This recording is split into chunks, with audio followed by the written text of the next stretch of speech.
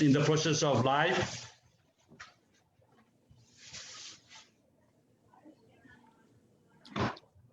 Just give me 1 second. Okay, so we have the topic on panel discussion today, bring blue back in the White House. That will be our topic to discuss on.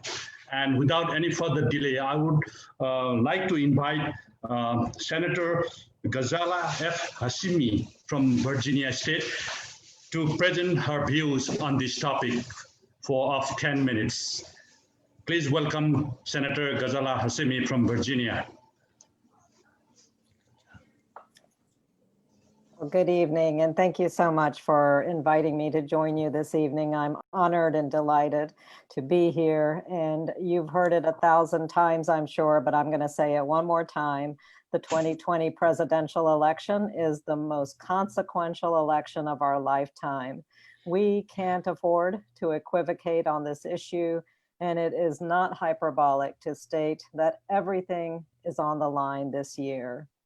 Our country's future, our children's future, and the very direction of our democracy, it's all at stake this November. And that's why I'm really excited to share a little bit about what we've accomplished here in Virginia and some thoughts about my own recent journey and how we can change the direction of this country.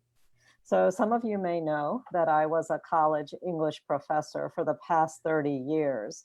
But when Donald Trump was elected president in November 2016, I knew that our world had turned upside down.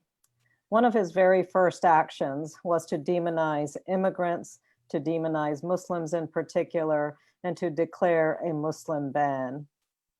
Almost immediately, we began to see the terrible assault on our democratic principles, on governmental ethics, on the values of truth and leadership, and on equity and justice.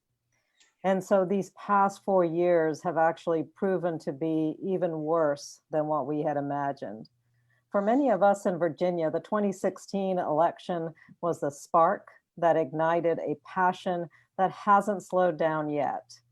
After 2016, the activism, especially of women and of minority communities in the Commonwealth, has led to 3 consecutive years of historic elections. In 2017, the Democratic wave in Virginia wiped out the strong Republican majority in the House of Delegates as we snared 15 seats that year. And in 2018, Virginia Democrats flipped 3 seats during the congressional midterm and retained control of the governor's seat. And then in November 2019, we secured a Democratic majority in the House of Delegates. And by flipping 2 red seats blue, we also secured a Democratic majority in the state Senate as well. One of those seats was mine. I'm actually the first woman to serve as senator for the 10th senatorial district. When I was elected, my inbox and Facebook and voicemail were flooded with messages that resonated with one word, and that word was hope. People said to me that Virginia's transformation was a sign of hope in an otherwise very dark period of our history. It was a sign that Trump's America was not truly representative of the country we know and love, and that more and more people were stepping up to reject the ideology of division and hatred. And if we could make those changes in Virginia, the capital of the Confederacy, we can do it in other states as well. For Muslims in particular, and for so many faith traditions, social activism is a part of our faith tradition. For us as Muslims, Islam was born into being on the foundation of social justice and on activating the voices of the marginalized. So speaking out against racial injustice, economic injustice, and social and gender oppression is fundamental to so many of our traditions. In this time of national crisis, I applaud the leadership of so many who have organized throughout this country to feed the hungry, to take care of those who are in need, and to advocate relentlessly for equity and justice. We can't stop now. The 2020 election is so important. It leaves no space for time for passivity. We each have a responsibility to make sure that our family, our friends, our neighbors, co-workers, that everyone knows how very critical it is to engage and to vote.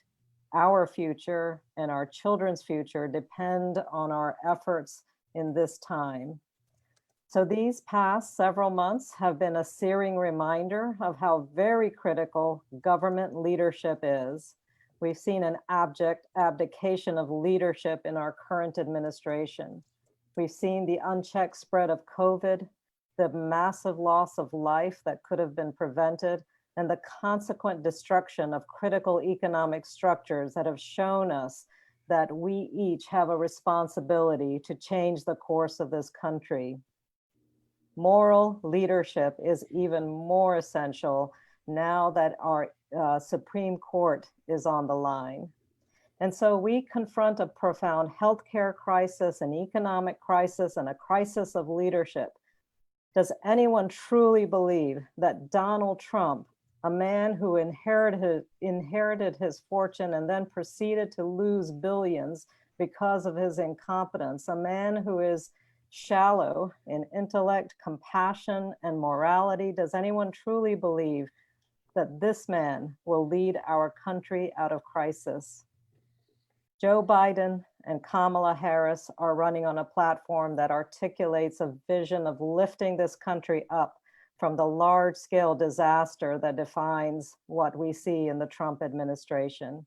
The Biden plan to build back better is predicated on the understanding that we need to mobilize and support the ingenuity, the capability, and the dogged determination that's rooted so firmly within our collective American consciousness.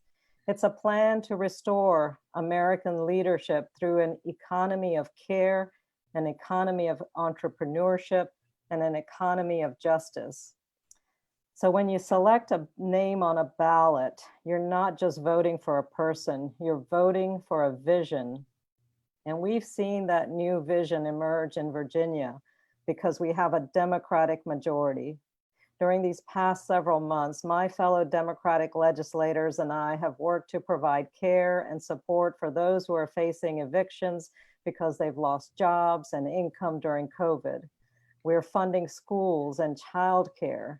We're expanding and protecting voter rights, and we're working on police and criminal justice reform. We're dismantling the systems of racism and oppression. Such changes come about when citizens exercise their power at the ballot box. What we're achieving in Virginia is achievable throughout the country. So let's continue this hard and essential work. In 2020, we can elect a president and a vice president who understand that meaningful social and economic progress are built on the values of collaboration, care, and compassion. We need you. We need you to share this message of good and necessary action with everyone in your family, your friends, your neighbors, and colleagues. Make sure that they're committed to vote, and make sure that they understand all that is at stake for our democracy in 2020. So thank you so much for inviting me to join you this evening, and I look forward to the discussion. Thank you so much, Senator Ghazala Hasmi of Virginia, for your valuable points and views. Let's get together and get out and get him out. Get out, vote, and get him out. Let's make White House all blue. Without any delay, I would like to invite our Queens Democratic leader, Sir Dr. Anthony Andrews Jr., for your views on the topic that we had, bring blue back in the White House. Thank you, Brother Samath. I appreciate all the work you do, Samnath, in the South Asian community. Your work that you're doing here is incredible work. And for the past couple of years, I've come to the things that you've invited me to and brought words on behalf of myself and my great big brother, Congressman Meeks, who is doing so much right now, working throughout the night, all across the country, making sure that people understand the importance of, as he likes to say, getting that guy out of public housing. Um, he is indeed in public housing. It's housing that we pay for, the tax paid for. And the taxes that we pay for that public housing, the taxes that we pay to him and his salary and the people on his staff, it seems, don't mean much to him. We can start with the coronavirus and talk about the fact that he hid the true nature of the coronavirus and how serious it was from the general public and all of the taxpayers, because he thought that it would tank the economy, not to mention save countless lives. We can see what he does and presents himself, not just on the stage and in debates, but how he presents himself to other countries. I think Prime Minister Trudeau said the other day that looking at America right now is almost like looking at what must have happened at the climax of the fall of the Roman Empire, a great empire that is being brought low by the leader of its empire. So, everybody here is going to talk about how important it is to elect the Biden-Harris ticket. And it's extremely critical that we do that.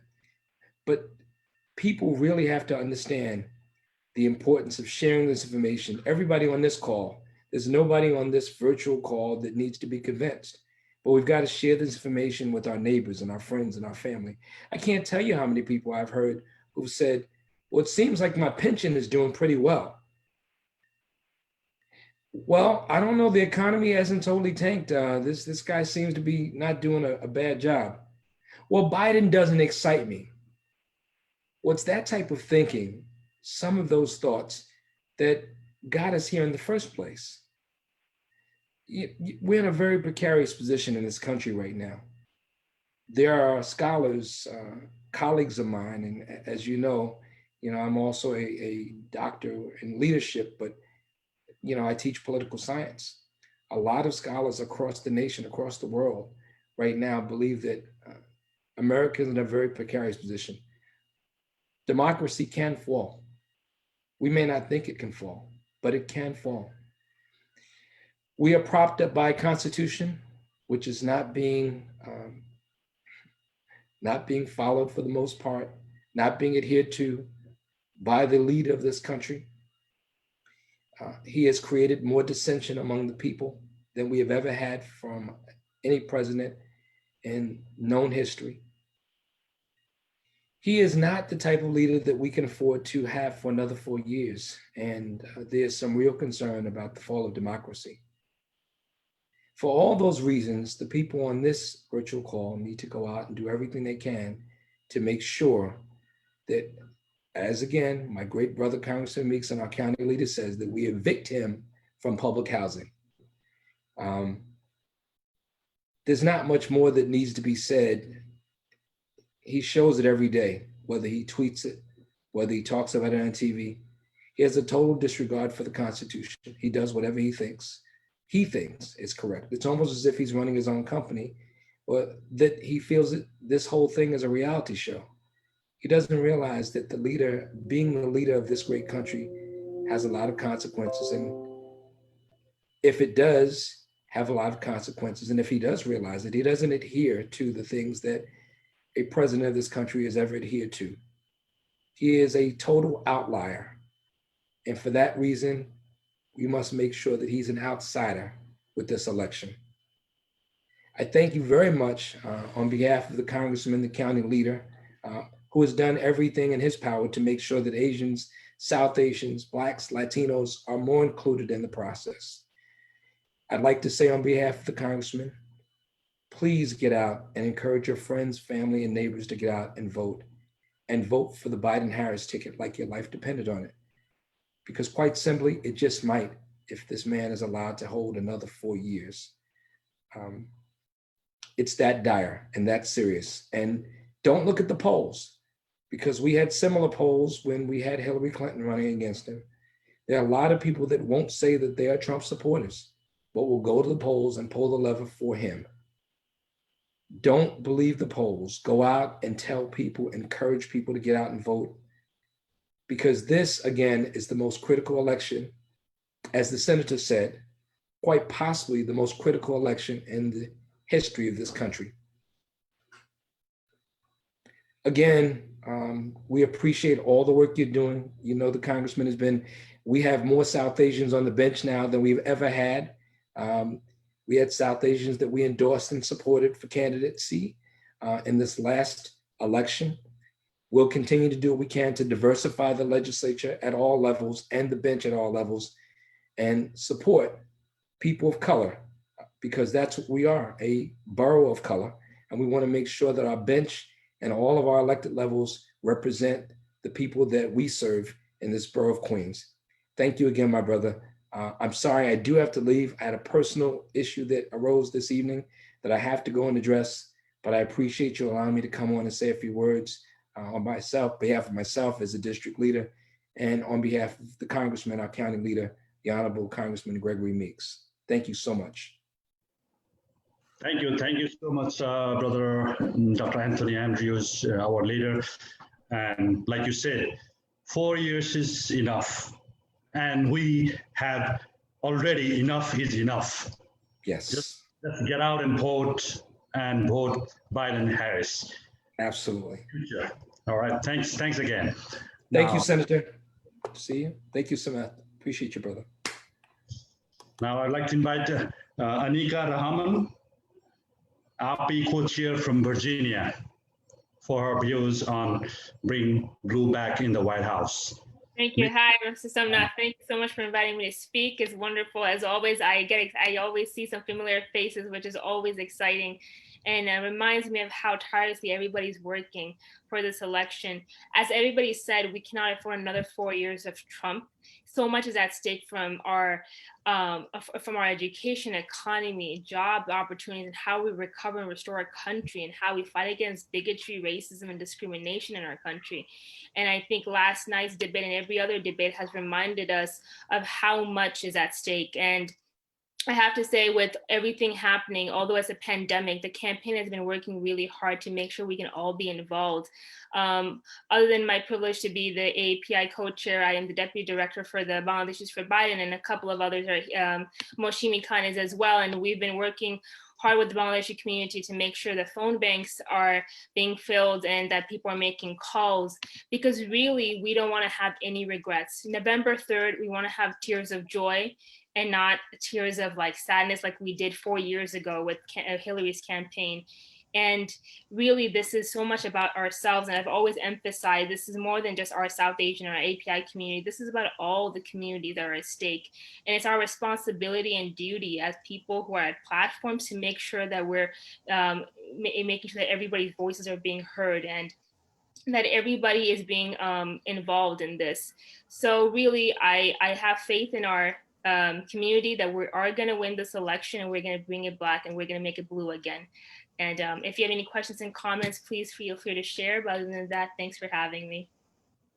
Thank you, Ms. Anika Rahman, Virginia API co-chair, for your views. And yes, let's get out and vote, and let's get him out from the White House. That's the only thing we need to do now. 25 days late, right? So now, next, I would like to invite Brooklyn Borough President, Honorable Eric Adams, for his views. Please welcome Honorable Eric Adams. Brooklyn. Thank you. Thank you so much. And I want to thank this amazing organization for what you are bringing to the forefront. You know, I often tell this story of this hockey player called Wayne Gretzky. Wayne Gretzky was considered to be, he was the great one, they used to call him. He was one of the greatest hockey players that ever played. And his first Stanley Cup, that's the championship game for those of you who don't know hockey. That's the championship game. The first championship game season he played, he lost. And after the end of the game, his locker room was arguing with each other, saying what they did right, what they did wrong, and just really loud and boisterous. But being a gentleman that he is, he went to the opposing team locker room to congratulate them. And it was quiet. You heard nothing. He thought that they all left the stadium and went home to celebrate, and then he peeked inside. When he looked inside, he was amazed at what he saw. They were all laid across the benches, bruised, bloody, tired, worn out. They left everything they had on the ice. His team left not everything on the ice. They still had energy to argue and debate. If we're going to win this fight, we need to leave everything we have on the ice. We don't want to be able to look back later and say what we should have done, what we could have done. Every ounce of energy needs to be part of winning this championship called bringing America to the right place in the right direction. We didn't leave all on the ice during the last election, and we lost. America lost. All of our communities lost. South Asian, East Asian, African American, Jewish, Caribbean, all of us, we lost in the process. Now it's time again, we're lacing up our skates, we're back on the ice, and this time around, I don't know about you, but I know about me. I'm going to leave everything on the ice for Biden and Harris, and we won't be defeated this time. Let's make sure we win this championship for our children and for the children of today and tomorrow. Thank you for what you're doing. You're infusing the right energy into all of your communities, and I lift this community up and say thank you. Let's register, let's vote, let's give it our all. Thank you very much. Thank you. Thank you so much, Borough President, Brooklyn Borough President Eric Adams, my dear brother, for your valuable views. And let's just get together, South Asian, Latinos, Africans, Americans, everybody, and get out and vote to get the DJ out of the White House, Donald Trump out of the White House. Just let's get out and vote him out. Thanks again for your valuable time. Now, I would like to invite to present his views, Senator John Liu, New York State Senator John Liu. Good evening, everybody. Hey, Sonomo. Thanks for having me on. And I'm very happy to be on right after a very PI New Yorker in the name of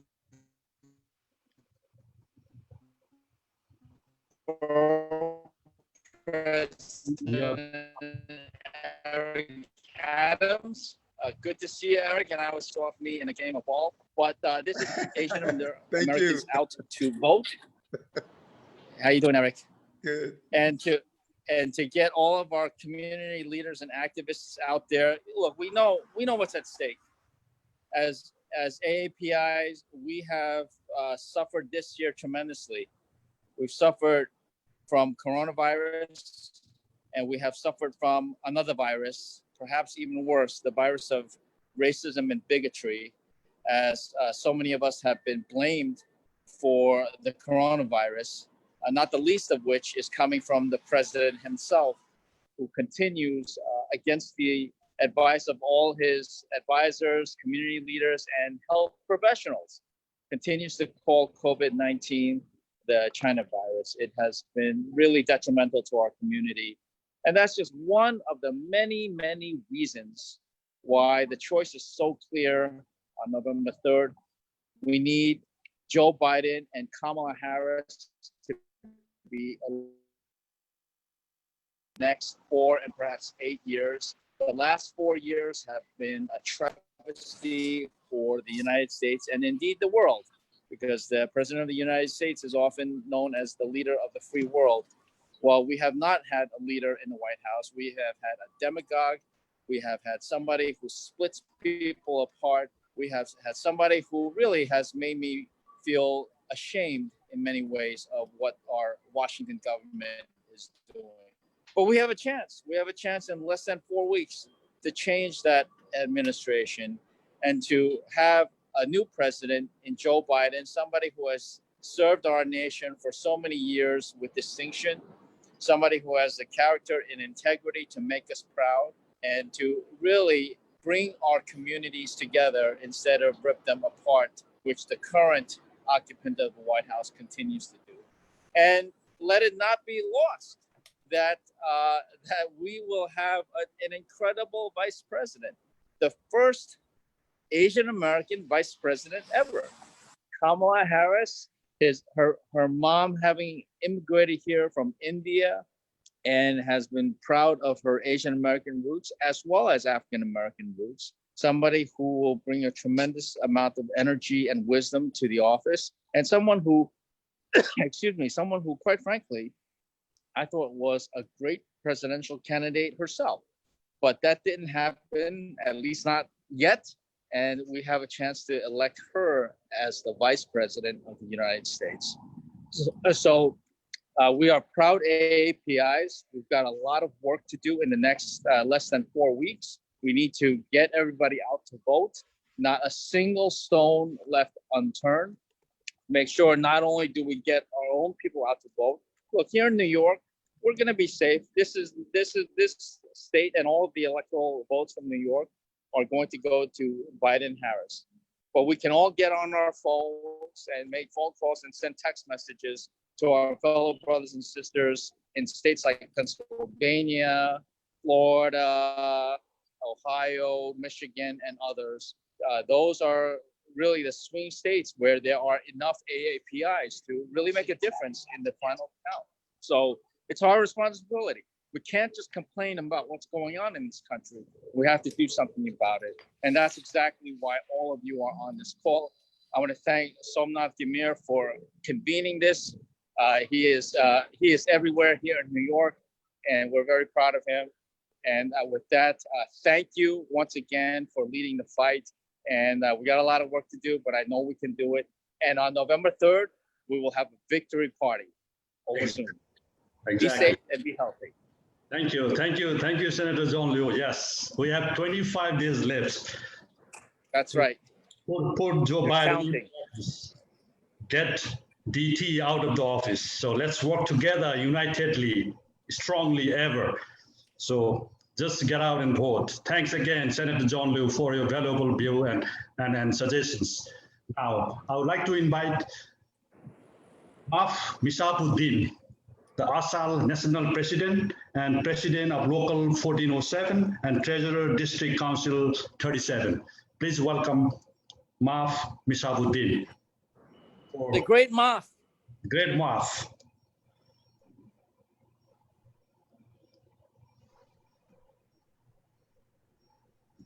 Please unmute.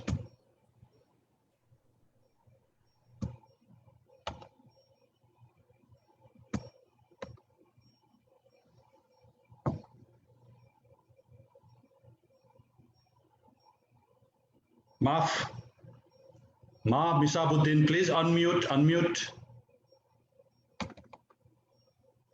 Yes, okay, go ahead. Yes. I think he was muted again. Unmute again. Mavda, please unmute.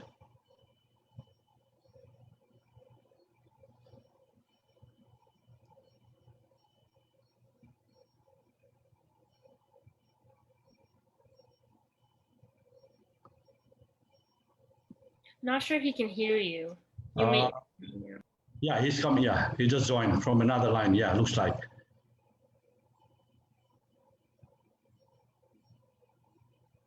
Hello? Yeah, yes, you're unmuted. So go ahead, Mavda.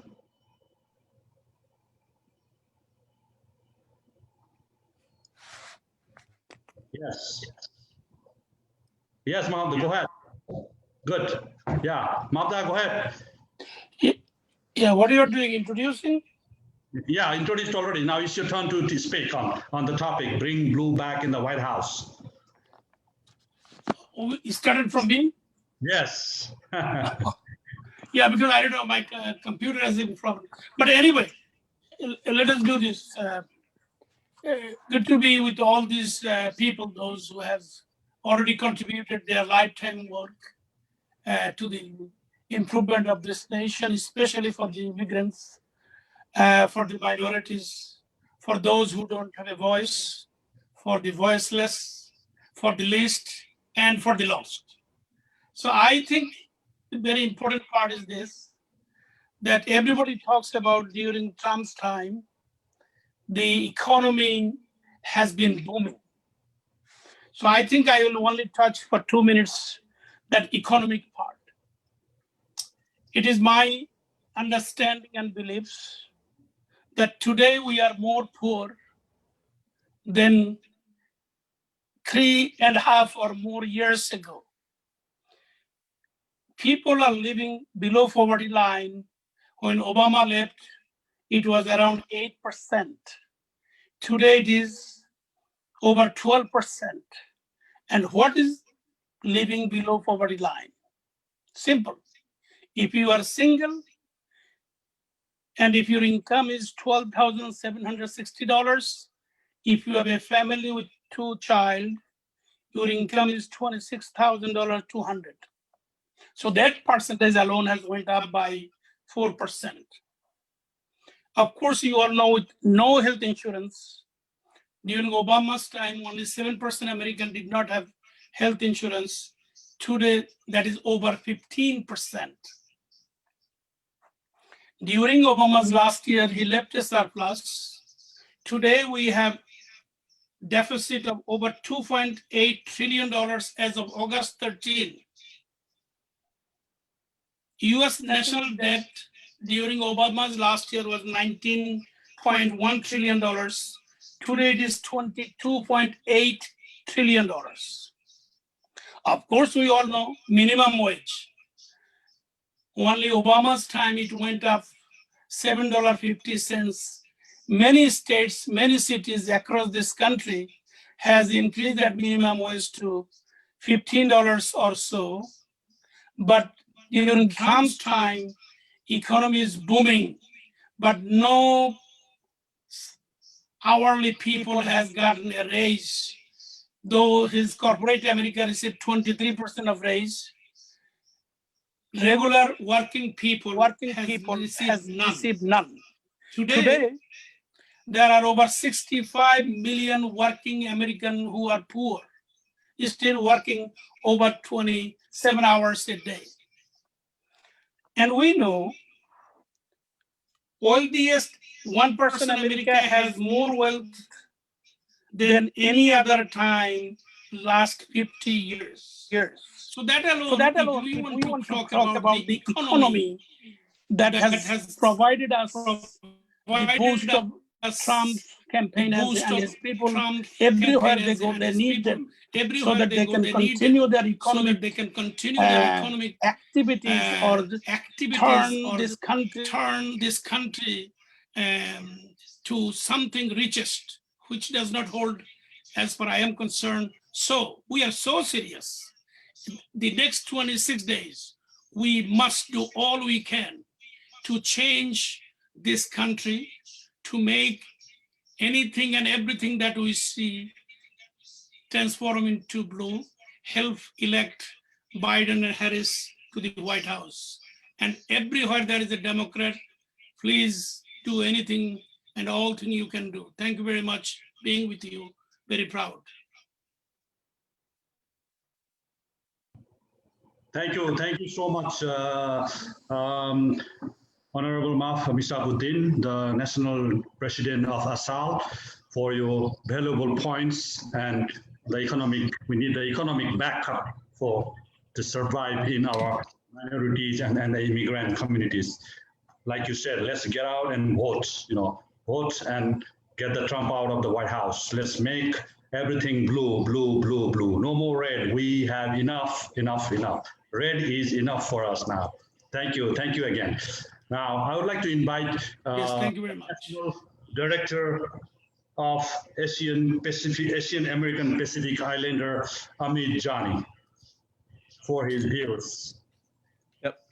Thank you so much, Somnathji, for having me. Really appreciate it. And I really want to thank you and your leadership. I remember when I had just started last year, I can't believe it's been well over a year now, but you were one of our earliest supporters. So just want to thank you for that. And it was a pleasure, attending your event at the time with the Deputy Prime Minister of Nepal in Queens. So thank you again for having me at that as well. But I just want to thank everyone here as well. Thank you for having me. I see all the great work that the Nepali community is doing all throughout the country. Certainly, I'm based in New Jersey, so we have a great population here, certainly in New York, Queens. So what we're really focusing on this time, this cycle, we know this is so monumental. I know every cycle we say this, that it's always the most consequential election, but this time it truly is. I mean, you look at the past 4 years and just the downward spiral that we've got into, even before COVID and everything that we were dealing with, all the norms that were broken, all the precedents that were cracked. And now with COVID affecting all of us throughout the country, throughout the world, we have unfortunately over 209,000 folks, Americans, who've passed away. And while we might not have been able to anticipate this, we could have certainly handled it better and certainly enriched other folks' lives and saved lives as well. But that's exactly why I personally feel that we need Joe Biden and Kamala Harris in the White House. They're proven leaders. They're folks, as you've seen with Ebola during the Obama Biden administration. You saw the financial recession, and just so many challenges that they've overcome. And they have a real track record. I'm sure most of you, I hope you did tune into the debate last night. And I hope that showed what kind of leader that Senator Harris would be. She's calm, collected, but she's also tough, resilient. She's a fighter. And especially for our community, the South Asian community, the Asian American community, it's just so historic actually having someone from the South Asian community, someone from the South Asian region, to be one of the first folks to be, or the first South Asian woman to be on a major presidential ticket. So I know when she was announced, and I was talking to folks all over the country, it was just such a beautiful moment. I think there's a lot of folks that are crying. Folks that are much, much older who said they could never envision this in their lifetime. And finally, it was just so beautiful to hear that and hear those experiences. So I'm just so excited for what, Vice President Biden and Senator Harris have to bring, and just seeing that level of enthusiasm throughout the country. I know we have Senator Hashmi with us here today, and many others throughout the country. And just a level of excitement, no matter what corner of the country, whether it's Queens, New York, or Connecticut, where Ati is, or just California, anywhere you look, there's just so much excitement, but there's just also so much at stake. We have about 26 days now, not that we're counting, but 26 days now till Election Day. And like I said, it's just so monumental, and the consequences are just so real come this Election Day. So one thing that we're doing in terms of our Asian American communities, and this was our priority since we started from day one, was, not only do we want to pay attention to the Asian community, but we want to pay particular attention to specific communities, because as you all know, even if you look at within the South Asian region, there's just so much diversity, hundreds of languages, different cultures. And that's really what makes our community so beautiful, is that diversity and that richness. And so from day one, that's something, we really prioritized within the Biden campaign, was, focusing on specific communities. So now we have over 15 affinity groups, everything from South Asians to Biden, to Korean Americans for Biden, API youth, military and veterans, et cetera. And we're just so proud of that. And even with everything across our campaign, whether it's paid media, we're doing that in language, we're doing that by community, whether it's translations, we're doing that in language as well. Just to make sure we're reaching the community. We're doing phone banks now, as you all know. It's get out the vote time, and we're hitting the phones, we're hitting the text banks, and even those. Not only do we have general Asian phone banks, but we have specific ethnic phone banks, in language, that we're so proud of. So we're going to continue doing that. But certainly the Nepali community is such an important community. Like I mentioned, it's growing. I think it's becoming more influential. And we're starting to see, the power of the community and all that you're doing, this political involvement, being here on a Thursday night, when you could be, doing so many other things. So we really appreciate that. And, I just wanted to come here and just show my, appreciation and for all that you're doing for the campaign, whether you're calling into the battleground states, telling your relatives, family, friends to get out and vote, to make sure they're registered to vote. And if you're not, I would encourage you to get involved with us. We'd love your help. Somnath Ji can certainly guide you the right way, but you can also easily text AAPI to 30330. That's an easy way to get involved. That's AAPI to 30330. We also have our iwillvote.com website. So certainly that's something we've seen in our community is just a lack of political participation. And certainly I think that's changing now. But we really have to be the change we wish to see. And we do that by encouraging, our spouses, our family, our friends, our relatives.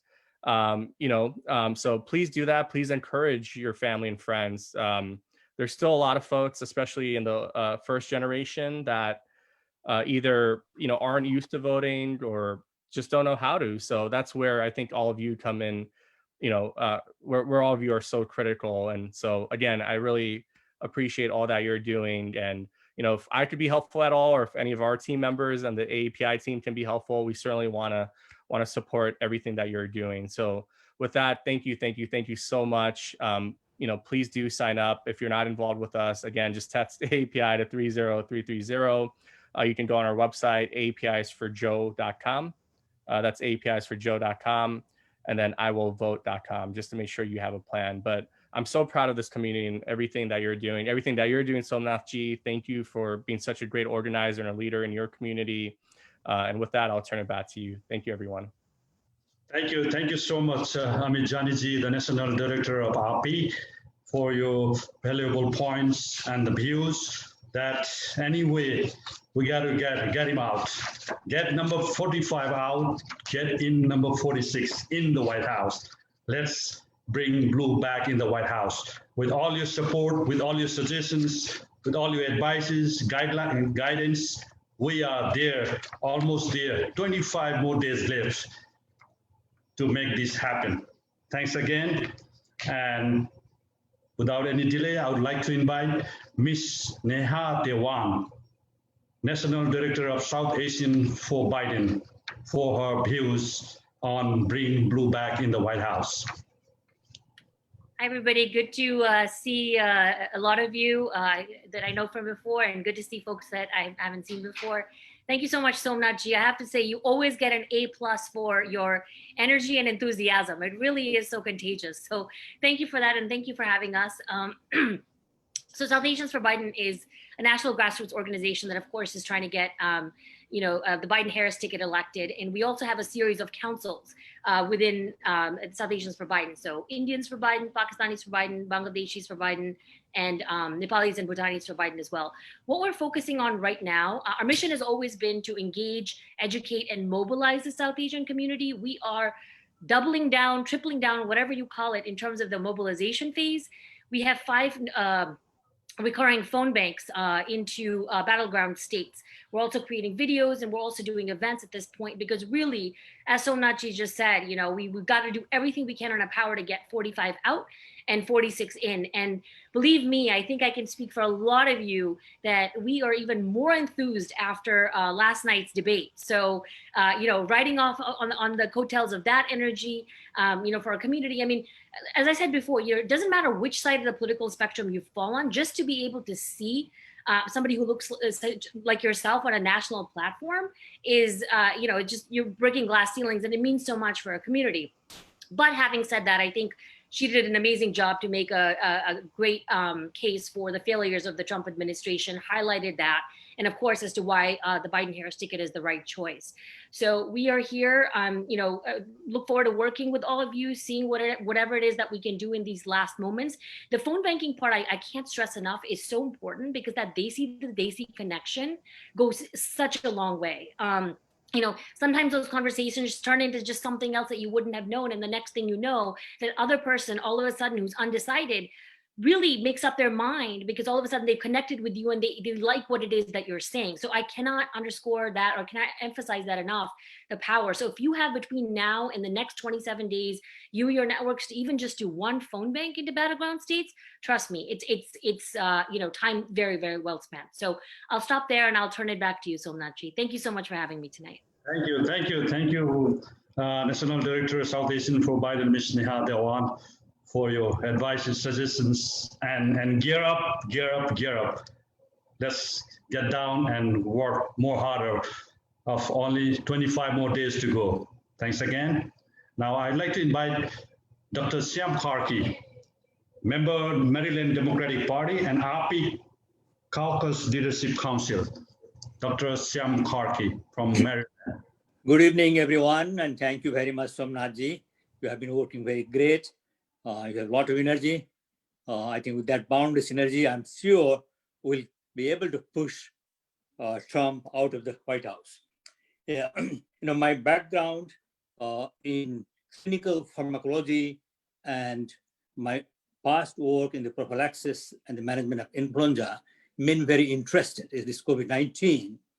So since the first day of COVID-19, I had been writing a daily 3 to 4 hour report on everything what happens.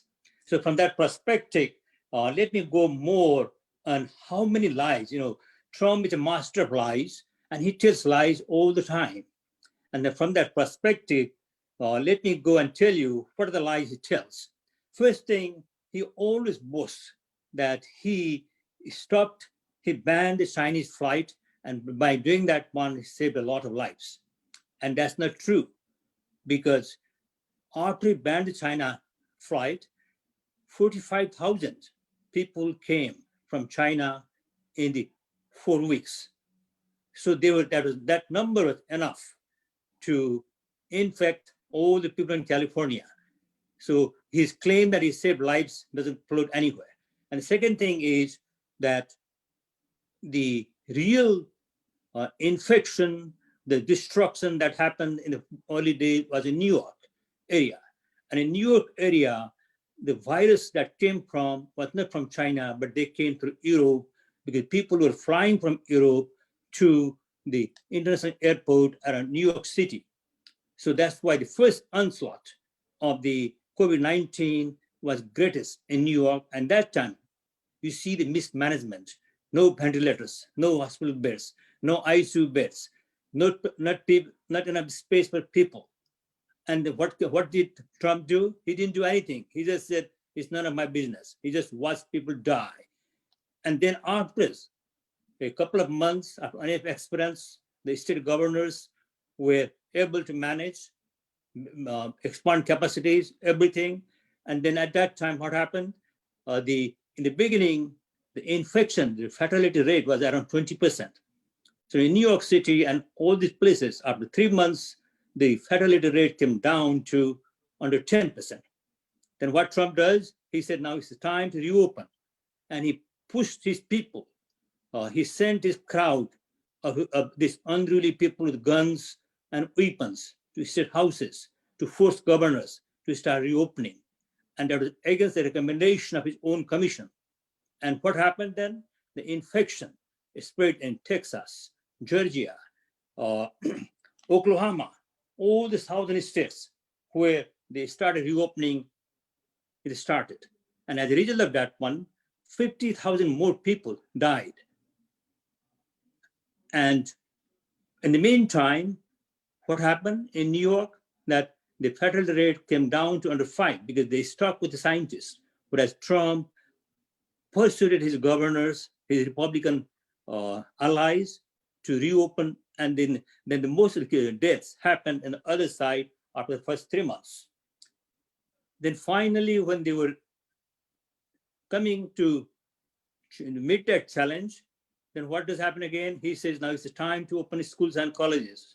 So he forces, and he even threatens not to give any fund to schools and colleges. And again, the same thing happens. A lot of infections, a lot of deaths. And right now, what's happening is 30 states, in 30 states, infections are increasing. in 3 states is going down, but 30 states have been going down. The number of deaths has again gone up more than 1,000 people per day. Right now, the death stands at 215,000. At this rate, I won't be surprised if the death goes to 300,000 by the time election. And by the time we force him out, it will go above 400,000 to 500,000. So we must not forget that the blood of all these citizens lies in his hands. You can forget losing job because you can get your job back. You can forget losing a lot of things because you can always say, we'll get them back. But lost lives are never going to be back. If you look around, you'll find your friends and you'll find your families. Everyone has lost someone because of mismanagement and because of the carelessness of this president. He doesn't care. Now, in the end, what happened? He got infected and he came out of the hospital. Now, what people thought was, oh, now he learned his lesson. Do you think he learned his lesson? Trump is not like that. I hate to say this one, but he's someone, as a psychiatric person, I tell you that he's a person with a narcissistic personality disorder who thinks only of himself. So from his point of view, is that, look, I have this infection. Now I am immune. Now this disease cannot touch me. So he feels that he can go anywhere now. He and his entourage of 30 people who got infected, we think that they learned the lesson. No, it's not. But they think that now we are free to do anything. So you will see the next couple of days, big mass rallies, very, very unrealistic campaigning. And I won't be surprised if he starts going hugging and kissing babies and hugging people, because he feels that now he's immune. Now, and if he infects his own supporters, he doesn't care, because the only person he cares is himself. Any other one, he doesn't care at all. So that's the type of person we have. And then, so we must do everything to make sure that this person is out of the White House. And we must make sure that we need to tell his followers that he's the one responsible for the death of their family members, for the death of their friends, because this disease doesn't care anyone, whether Democrats, Republicans, or Trump supporters. This disease infects people and kills people. So people who have been dead are not only mainstream people, even his followers, Republicans, his diehard supporters, everyone has died. So we got to make it clear to them that, look at your leader. He's the one who is responsible for killing your family members, your friends, and make sure that they realize that the blood of their friends and family members are at Trump's hands. And because we've got to challenge him. We cannot treat him like any other leader, because he is not someone with a conscience. He doesn't have moral values. He doesn't care for anyone. So you cannot argue with him. You cannot make sense with him. The only language he understands is make him lose. That's the only thing he understands. He doesn't understand anything else. Like you saw in the presidential debate, what he did. He never cared for his 2-minute time. He never cared that other person was speaking. It was not his turn. He was constantly shouting down. And look the languages he uses, all kind of abusive languages. We can't even dream of using that language. I wouldn't even have my children watch that debate. The reason is the decorum of that debate. The language he was using was so simple that I asked them to say, this is the president of my country. And most of the people felt like that one. So enough, we have to say enough is enough. And this is the time for all of us to say that your time is over. We have to kick him out. And then once he goes out, then we'll see what we can do. Then we will have a lot of time, long time, maybe under 10 years to make changes so that we can bring our country back to normal, because he has, in this 4-year time, he has destroyed our culture. He has destroyed our culture of working together. He has destroyed our culture of racial tolerance. He has destroyed our culture of working unison. He's making people go against each other. So it's time that all of us should unite and then kick him out. Then another thing I want to say also that this is the time we got to rejoice for Kamala Harris, because looking at Kamala Harris, our daughters, our children can say that, look, she looks like us. If she can go that much, we can go also that much. So she's a great source of inspiration for us, is a role model for us. So from that perspective, we South Asians have not only obligation to kick Trump out, but also obligation that to make sure that our role model stays there, that we can say with our pride to our children that, look, I was responsible, I voted for Kamala and Biden, I was the one who set up a model for you to follow. So this is the time we got to make sure that the destructive person goes out, and we got to make sure that role model comes in. So let's work together and let's do it. And thank you very much, Somnathji, for letting me speak. And thank you for all of you coming and saying the same thing, because I'm sure and I'm very confident that all of us, we want the same thing. We want the White House to be blue, we want the Senate to be blue, and we want the Congress to be blue, so that we can reform all the things that he has done above. And thank you very much, and good night to all of you. Thank you, Dr. Sim Karki, for your inputs. And let's, like you said, let's get out destructive leader from the White House and put the constructive leader, our Joe Biden, Kamala Harris, in the White House. Let's begin today. 25 days more to go. Let's get out and vote for Joe Biden and Harris 2020. Now, I would like to invite Salim Sahid, General Secretary of Interfaith Council for Community Development. Salim Sahid. Good evening, Somnathji. Good evening, everyone. So honored to be with all distinguished leaders. I'm very humble and thankful for this opportunity. As we all know, President Trump, in his 4 years in office, has taken our country backwards in ways that undermine America's working people and damage the moral fabric of our nation.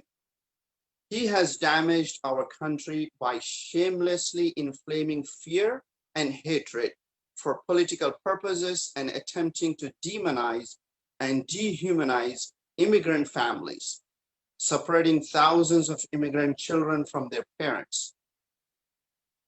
This president continues to regularly issue streams of falsehood with no regard to facts or truth. This is very important. Part of the president's job is to inspire young Americans to be better citizens. Trump is doing exactly the opposite. Let me tell you, Prophet Muhammad, peace be upon him, was known as truthful and trustworthy even before he became the prophet. He earned this title for his reputation as the most honest man in Mecca. He was the example of the highest character. The people of Mecca considered him to be the best man among them. I remember during Trump's inauguration, he stood before the American people and said, every decision will be made to benefit American workers. 4 years later, we have a clear record of policies and actions which the American people can decide for themselves whether this president and his administration are really putting workers first. Is this the truth? Everybody knows about it.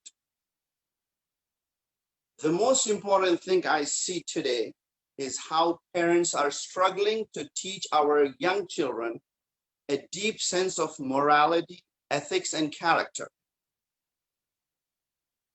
We try to teach the compassion, to be gracious, to be thankful, and not brag or bully.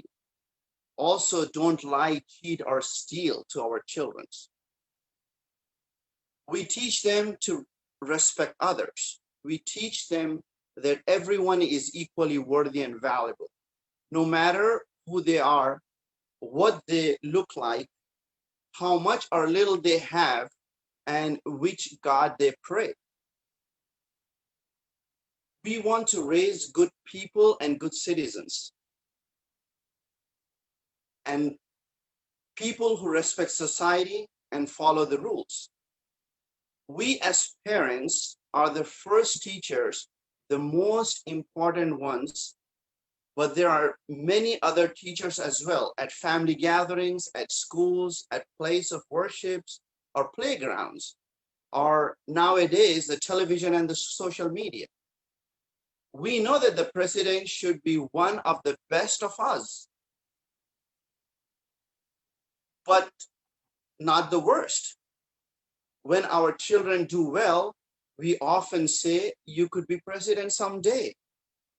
This president, who children are taught to idealize as honorable man, who changed the country for the better, has tarnished the image of that perception. President Trump is exploding all of that. He is everything we teach our children not to be. In Trump's world of immorality, the lessons being taught under all the principles parents struggle to teach, he is teaching our children that there is no absolute truth. There is always alternative facts. I mean, he is teaching our children that color of skin matters. Does not matter the character. He is teaching the Black and brown children that their citizenship and connection to this country is questionable and insignificant, not like white children. So here are things. We don't always agree with President Obama's policies, but he was an honorable man in the White House, whom I could point out as an honorable example. President Obama's example helped reinforce for our children that anything is possible with hard work and perseverance. I fear today children are being taught by Trump administration that there are no rules anymore. So the next generation of politicians, doctors, and lawyers are watching Trump right now. Trump is teaching them that you can be the worst version of yourself, rise to the most powerful position in the world, and scare people into not holding you accountable. So today I'm praying, God willing, Democrats will manage to hold the House of Representatives and win back the Senate and the White House in November. We really need to work together to get this thing done once for all.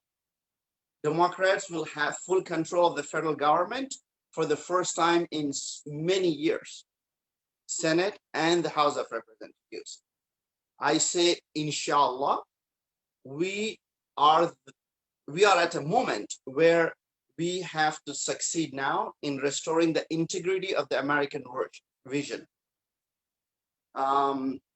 At the end, I thank you to be among the distinguished guests of Senator Ghazala Hashmi, Brooklyn Borough President Eric Adams, Senator John Liu, my brother Misbauddin, Amit Jani, and Dr. Sham Karki. He touched upon a few of my points that I put together to speak. I thank you, Somnath, for the opportunity, and looking forward to see Biden and Kamala Harris in the White House in next few days. Okay, thank you. Thank you. Thank you. Thank you so much, Salim Sayedji. Yes, of course. We're looking forward to see Joe Biden and Kamala Harris in the White House, of course. 25 days to go, yes. Now, I would like to invite Shahid Wasimji for his views. He is the Senior Vice President of Pakistan American Community in New York. Shahid Wasim. Please welcome Brother Saim Wasim. Please unmute. Please unmute. Okay, good evening. My name is Syed Wasim. I represent Pakistani American community of New York. And thank you to Somnathji to do this Zoom conference for Joe Biden. I can assure you from my Pakistani community, we are totally energized for Biden and Kamala. And whatever the task you guys will give us, we have volunteered to work anytime. And hopefully we will win this race, inshallah. Thank you. Thank you so much, Salim Wasimji, the Senior Vice President of Pakistan American Community of New York. Yes, inshallah, we work together to make Biden and Harris in the White House, 46th President of the US, Joe Biden. Thank you again. Now I would like to invite Ms. Mosami Khan, Attorney at Law, and API Michigan leader, Democrat leader from Michigan, Ms. Mosami Khan. Good evening. Thank you so much, Mr. Somnath, for having me. Thank you. Nice to see some old friends and hopefully to meet new friends. I wanted to start by I'm the Michigan director for Bangladeshis for Biden, and I am also a very proud supporter of ASAL and new friend to you all, so very happy to join you. You know, everyone has made such important and very good remarks. I think the best I can do is add a different perspective. So I'll speak about the international perspective because I've just returned to my home state of Michigan. I'm joining you from Ann Arbor, Michigan, and tell you what I think and what's happening to the image of America. All of us, I believe, on this call are immigrants to America, or we're the children of immigrants. We came because America represented something. It represented values, rule of law, hopes, and dreams. I know when my father came to University of Michigan to study in 1976, he came with a lot of hope and a lot of baggage. He thought he could do some changes, what would happen, right? And now, so for me, I'd like to make my remarks in 4 points. First, internationally, why is this election pivotal for the international perspective? Nationally, many of you have spent excellent remarks. I would second all of you and reinforce that. Then I want to talk to you about Michigan, locally, what's happening in Michigan. As a lifelong resident of Michigan, but I also spent 10 years in New York. My heart and my furniture is still stored in New York. For many years, I was in the civil rights community, but I had to leave for some work. And now, now I'm back and forth everywhere. We're all global citizens. And then I want to talk to you about what next, what blue, I will say blue to brown, because also this country is also becoming more diverse. It is not just enough to be blue. We have to be blue, please. And Michigan, I went to University of Michigan, so go blue, go blue. But at the same time, we must have what is going to happen after this. So let me share some thoughts about internationally. I see we're a range of countries from South Asia, from Asian Pacific Islanders. Wonderful to have this community. The fact is, the world is absolutely shocked, and I don't even want to use any harsh words, but quite concerned what is happening. The day I left from Bangladesh to America, this last trip, I was there, my husband is working there. I must tell you, from the highest level, people are asking, what's wrong with your country? What's going on? We don't understand what's happening. And so what does that mean? There's obviously perception issue that will impact all of us. But also practically, let me tell you, some people more learned than me have said it very nicely, but let me add my perspective. What does this mean for international cooperation? America withdrew from the WHO on the day and in the days where our rates of infection are the highest in the world. The World Health Organization, which America helped to found and is the largest funder, found and fund. The UNESCO, the culture, all these UN organizations, America was the founder. It's the land of all of these institutions, and yet now withdrawing. What does this mean? Number two, international treaties. I'm also a lawyer, you might understand from the way I speak, but so sorry if I speak very fast. International treaties we've signed on to, from the Paris Climate Accord to a lot of even NATO. We're actually talking now, generals are saying, can we afford to, if another 4 years where this might mean the death of NATO? What does that mean for the world? Number 3, economy. My brother, Mismuddin Bhai, said so nicely about the local economy of the national economy, and also, frankly, the economy of many of us who are from working class and even the professional sector. Let me tell you what has happened in the last few years in the world, global economy. There has been the largest gap between the rich and poor. The income inequality between the haves and the have-nots have only increased. The people who are rich, you know what? They've actually become richer in the pandemic. People who are billionaires have become even richer. The people who are poor in Michigan today, I was driving and I heard the unemployment rate is at the highest, and we have only fear that it will get much worse. So this is what has happened internationally: lack of cooperation, lack of actual working together on treaties that US was the founder or organizations, and the economy of what is this happening. And why does this matter? Because we all, public security, public health, COVID has no boundaries. Climate change has no boundaries, and these are the things we must work together. Secondly, national. You all spoke very nicely, and I can only reinforce what you said about national. But let me add my perspective. Number one, what does it say about the rule of law? Never in my history, in my life, have I ever heard a US president even say, and again, last night, our Vice President Biden, actually said, our Vice President Pence said, we may not accept the peaceful transition of power. Peaceful transition of power. That is what happens in countries where we came from. That is what happens in other countries where it is not democracy. There is no rule of law.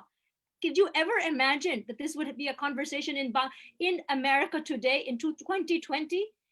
And then checks and balances. The reason there's a Congress, the state, the Senate, and the House, and also all the Supreme Court, all of these things, there's not checks and balances. There's no separation of power. While I very much want blue, and I want even brown, I must say, even then, the fact is, it is actually very good that we have these institutions to keep the checks and balances in our country, okay? And for me as a lawyer, this is very, very scary. If you have noticed, very quietly, many people who say, oh, I don't like Trump, I don't like his behavior, but close my eyes, hold my nose, and vote, because the judiciary, do you realize what has happened to the Supreme Court, what has happened to the Court of Appeals, all of these things. And I will say here, something may not be popular in this, to many people. Many people of goodwill have voted for Trump. Many people who are intelligent, who are smart, who are good-hearted, who care, but they believe that they will vote for Trump for the judges, for the history. And I'm telling you, the damage that has been done will not be undone for decades, and in my lifetime, maybe. Second, public health. I believe Mr. Karki or Dr. Karki, I'm sorry, I don't know. You said so nicely. What is it about the public health? You in New York, where I left about a few years ago. What has happened in Michigan? The rates of the disease was highest, and we were not prepared. Public security. When we have someone say things that are anti-science, that are anti-cooperation, this is unacceptable.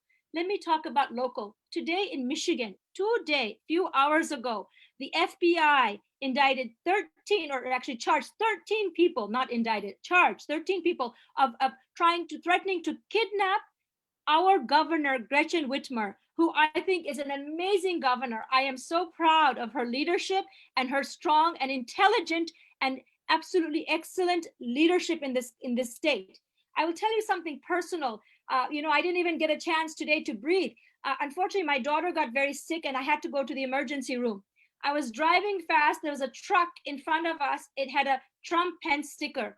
And even I've been making phone calls. Even today, there are people undecided. The attending nurse for my daughter at the emergency room in University of Michigan Hospital, which is one of the world's best medical systems, very nice lady, said to me that I didn't like it when the governor enforced this mask mandate, but I realize now this is the best thing she could have done.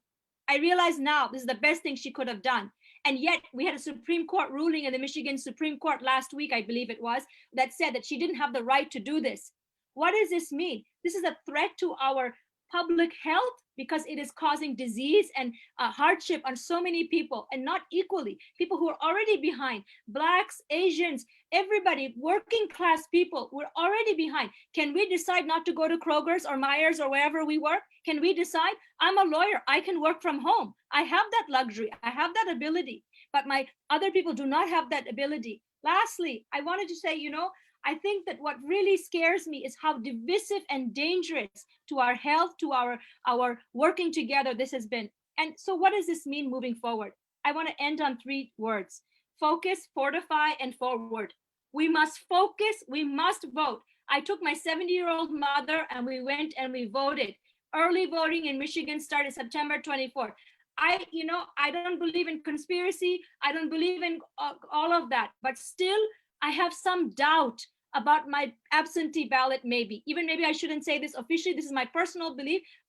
Took my mother, went to the city clerk, and we gave our ballot in the box because I wanted to make sure, because I never thought that I would have to be so scared in this country. Number 2, we must fortify.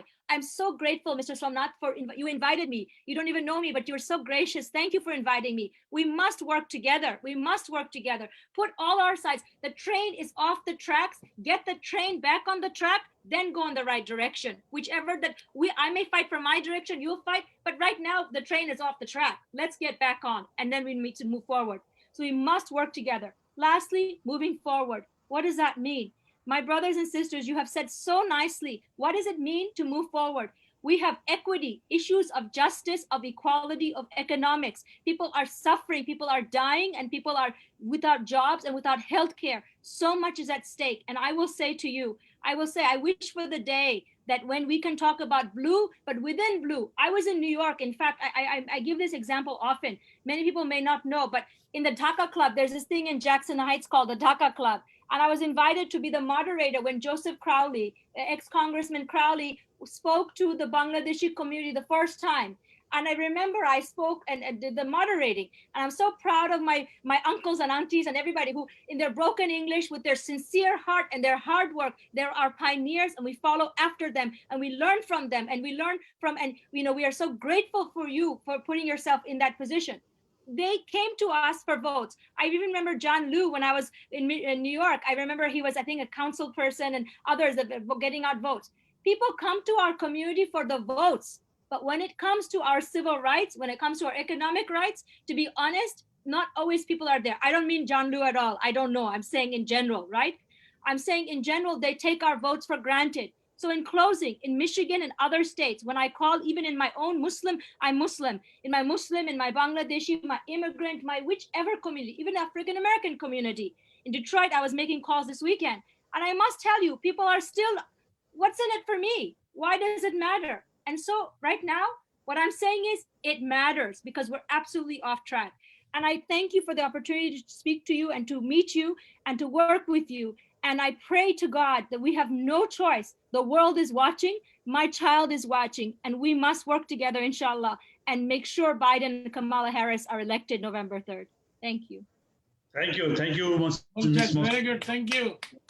Thank you so much. What a valuable remarks and speech you put it on behalf of all our communities and the immigrants. Thanks again. We look forward to working together as a team. Unity is strength. Then we must get this done within the period of 25 more days. Elect Joe Biden and Kamala Harris in the White House. Bring blue back in the White House and blue and brown outside the White House. Equality is the top thing we needed, blue and brown. Thanks again. Okay, now I would like to invite Miss IT Rai, Democratic youth leader from Bhutani Americans. She is from Connecticut. Miss IT Rai. Much for giving me your time. It's so good to see you all and hearing about your perspective on the politics and what is happening right now. My name is Aiti Rai. I am Nepalese Bhutanese American, and I was born and raised in a refugee camp in Nepal and came here at age of 16. It has been 9 years. I've been living in the US. I'm a recent graduate from university. And so for me, as I think everyone covered already what I wanted to say, and it's about like what we need to do. It's not about like Republican or Democrat. It's about like what we want or what this countries stand for. This countries stand for immigration. So it's stand for unity, not divisions. And the president's the president who is supposed to be our leader is not the true leader. Leaders he's not the exemplary leader. He is just dividing people apart. And for just like as many of you mentioned already about the virus, he mentioned he said that it's a Chinese virus. Like he doesn't even know like what to call it. Like virus doesn't he doesn't know that virus doesn't have a race, doesn't have a face, doesn't have any it doesn't have an identity. But like he's referring as a Chinese virus is like, what kind of leader is that? Like I am a young students like who are still learning and trying who is trying to be someone that upcoming generation can look up to. And if I like accept this leadership, and if I accept these leaders as my leader and then someone that I look up to, I don't know how the other generation, like the upcoming generation, gonna be like. So that's why we don't want this kind of leadership in the White House. We want someone who represent us. For me, as a refugee, someone who did not have a voice in living in the camp, now I have an opportunity. I can voice my concerns. I can speak up, and I want to give this voice. I want to voice the concern of my parents, concern of my community who are illiterate in their own language. I want to represent them, and then I want the next leader to represent my community, and to me and all the young leaders and all the youth, especially women. Like we've been oppressed from generation. It's been such a long time, and it's time for us to stand up for humans. And then this president, the current president, doesn't represent a woman. He doesn't really respect women. So we want someone to represent us, and representation is really important. And we know that Biden is gonna represent us. He's gonna represent the immigrants. He's gonna represent women. He's gonna represent people of color. He's gonna represent all people who are economically deprived. So that's why I want to support Biden, because like it's not only about me, it's not only about my community, but it's about the what this country stand for, and what this world is needing for. So I like to encourage and urge all the viewers who are viewing this live and to go out and vote, because it's time to change, and we don't want this president's this leadership anymore. Thank you again. Thanks. Thank you so much, Ms. Aiti Rai, the youth leader from Bhutanese Americans community. Yes, of course, we want a youth leader like you. Let's come up, stand up together. Let's build unity and vote him out.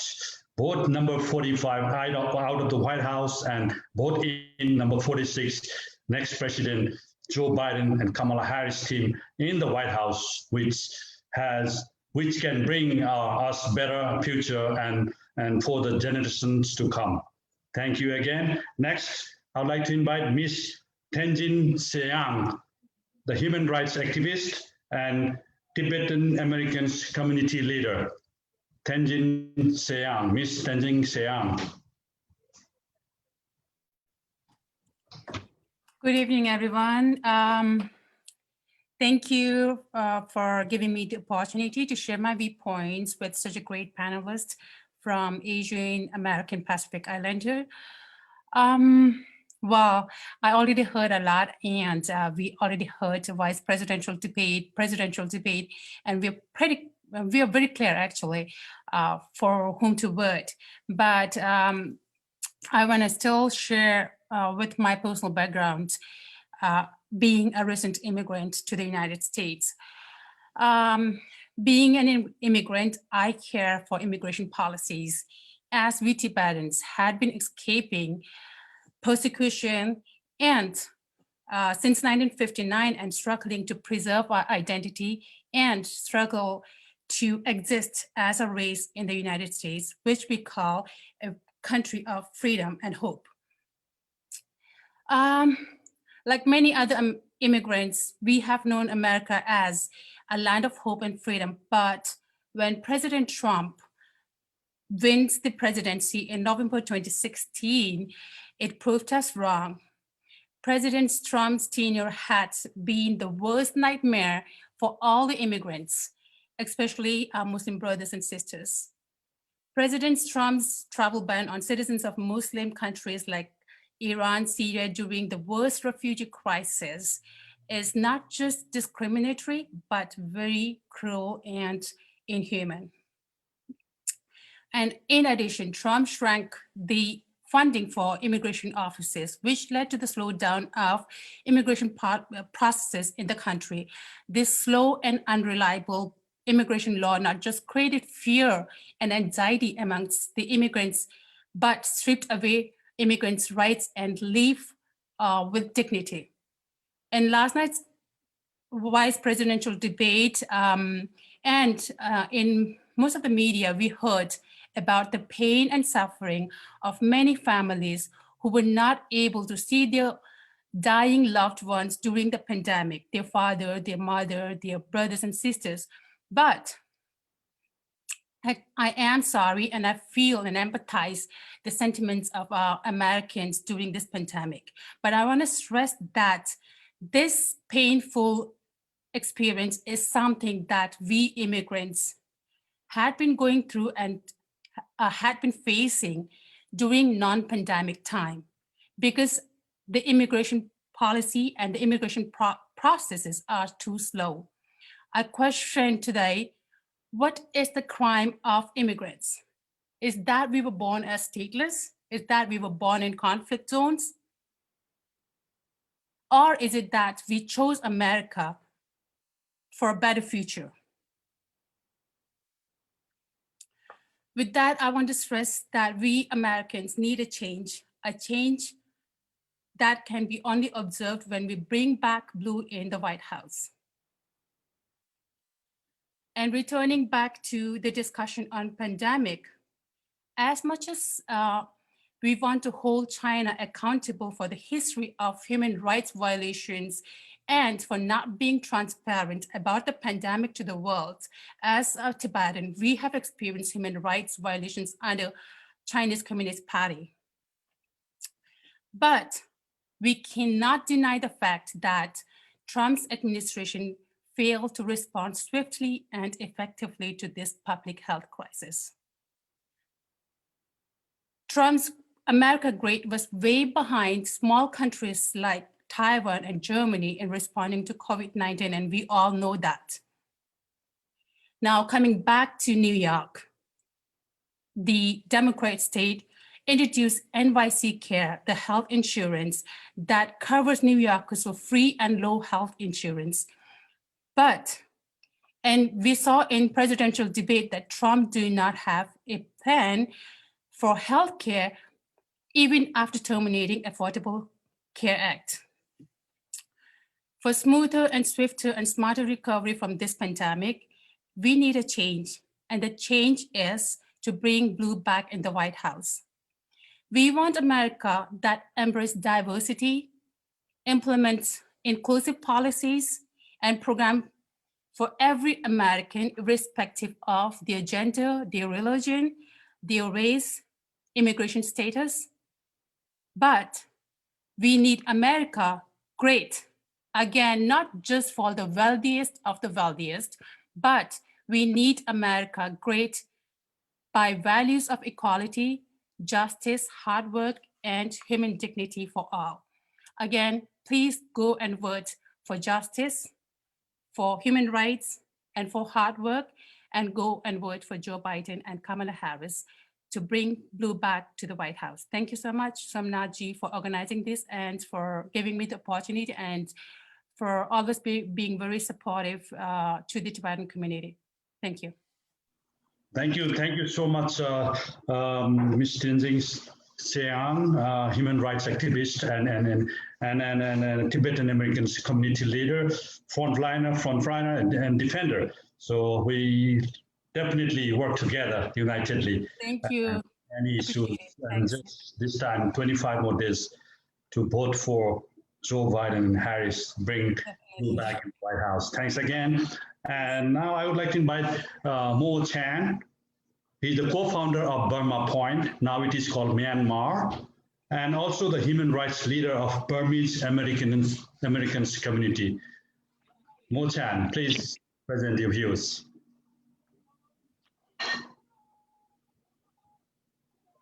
So no, hold on. Okay.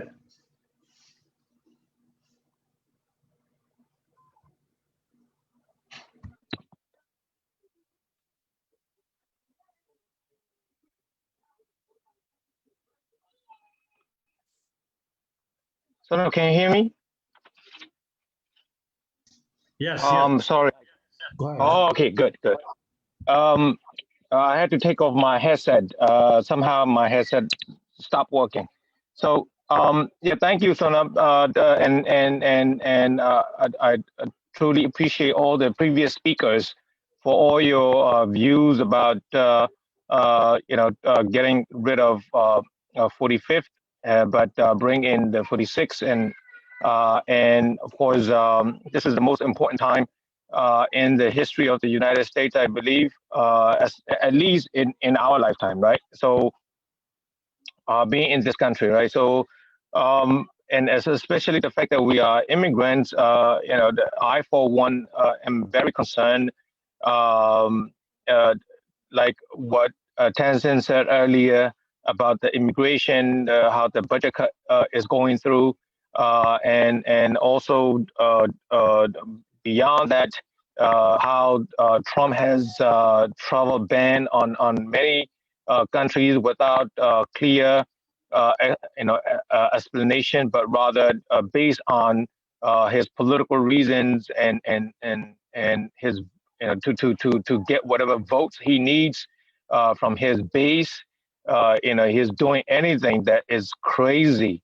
He doesn't care, and so, but my point today is what Senator John Liu said earlier is very important. We cannot just focus on the people that are around us that we know of.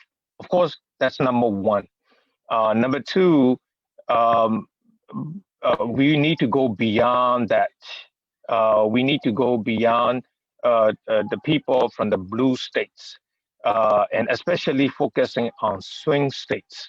And many of us know, if we don't, then we can search on Google the swing states, and we need to find out who our people are in those swing states. The people from our community in those swing states, and beyond that would be the red states.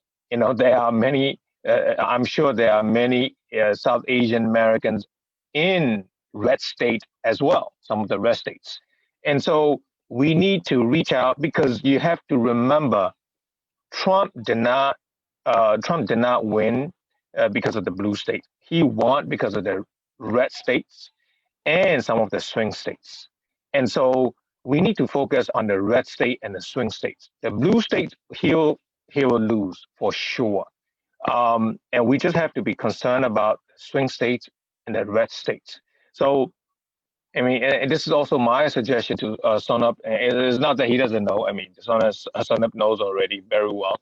But and for the next time, or anything that you will do in regards to electing electing to be President Biden and to be Vice President Harris, we need to focus on people, our people, to get out there in those red states and the swing states. And however that we can do to reach out to those people that would be more helpful, I think. It's not that this is not helpful. This is definitely helpful, but when we reach out to them, we need to educate them, basically educate them, because many of them, it's like a saying in our language, is that when you are close to red, you become red. When you are close to blue, you'll become blue. So it's contagious, right? It's like coloring. You put a color on on the napkin. If you put blue next to it, it automatically become.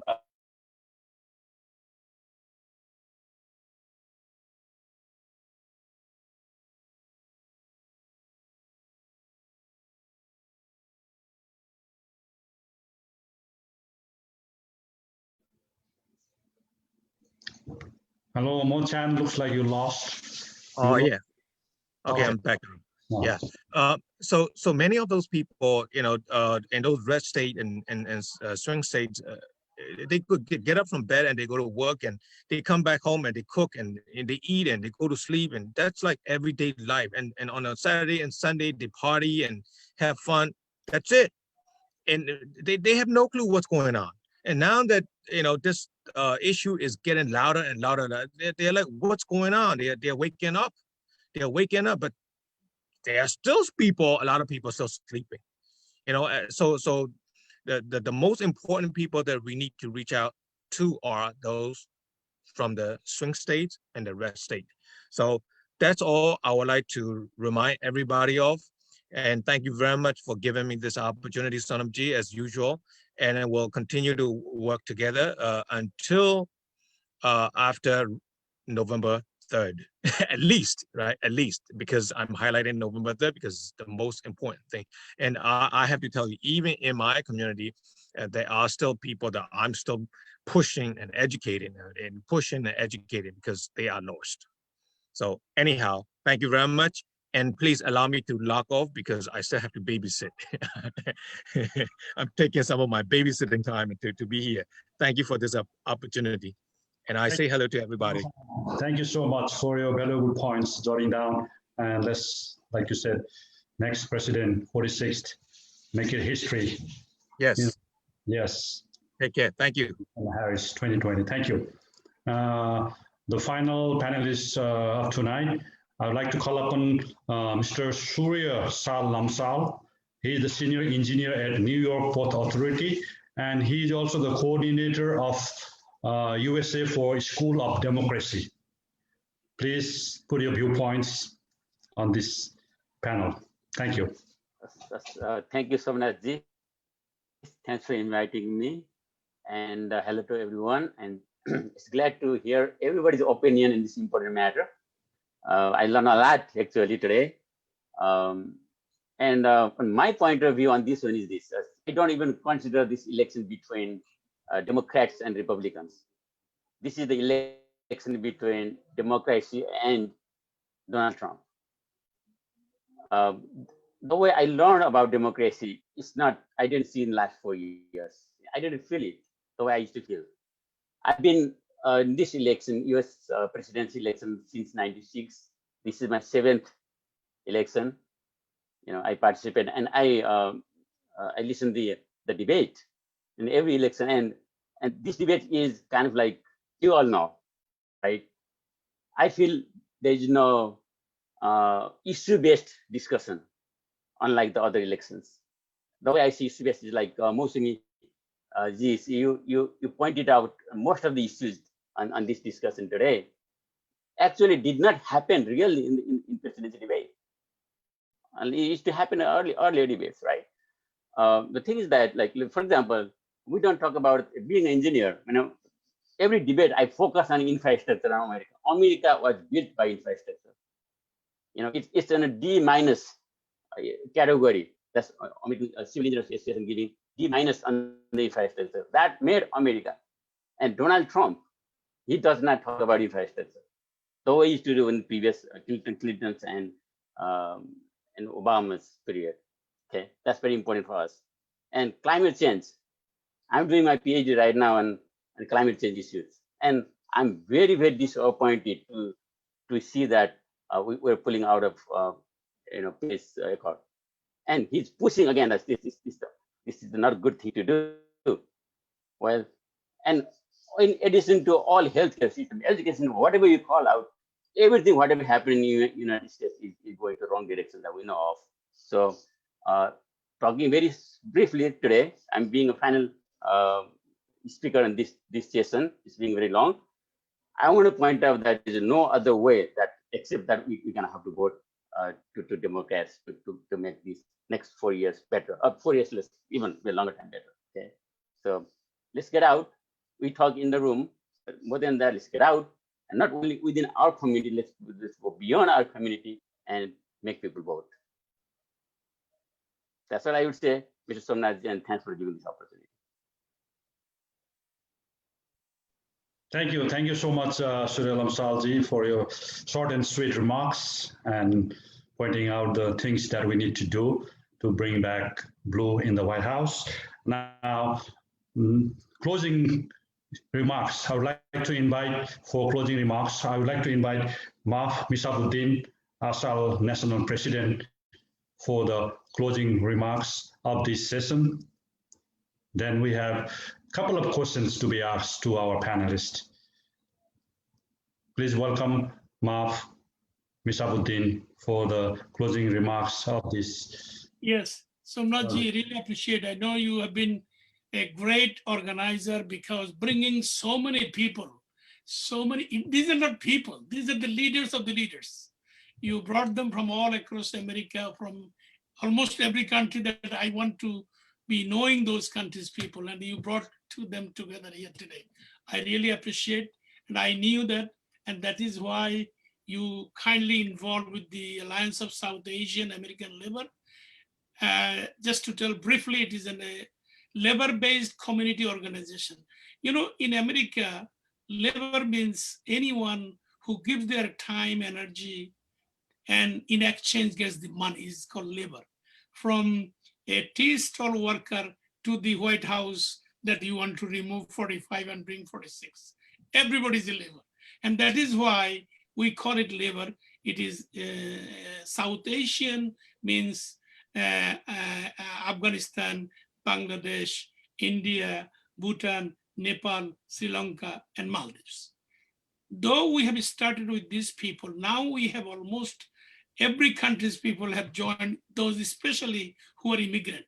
Because when you are immigrant, the issues that you face, the problem that you want to define, the things that you want to achieve in this country is almost same. We may call it different name, but it is the same issue, same problem, same unrecognized by those who are in power.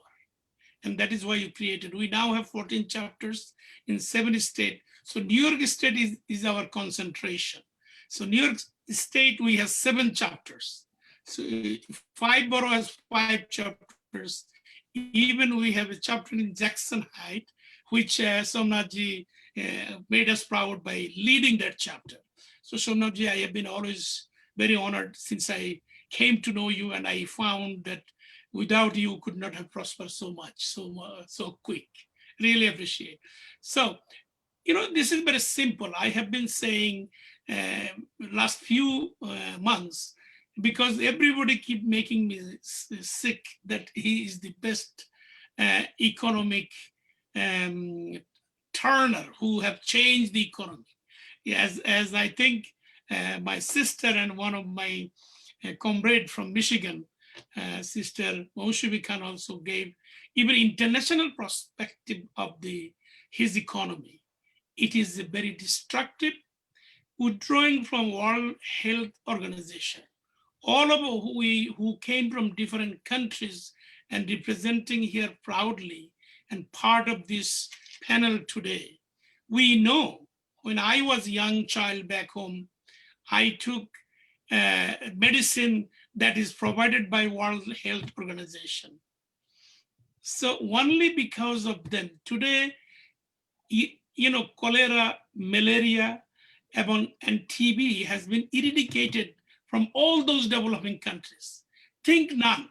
It is only who? World Health Organization that did this. Even today, they are working 128 poor countries on earth in eradicating many, many diseases that has been eradicated in the United States 100 years ago.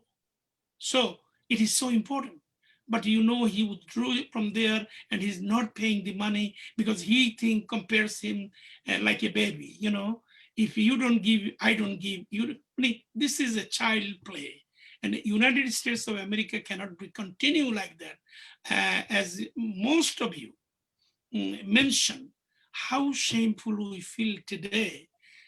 You know, when I was in 7th grade, I'm talking about, I'm an old man, but I'm very young because I am still organizing.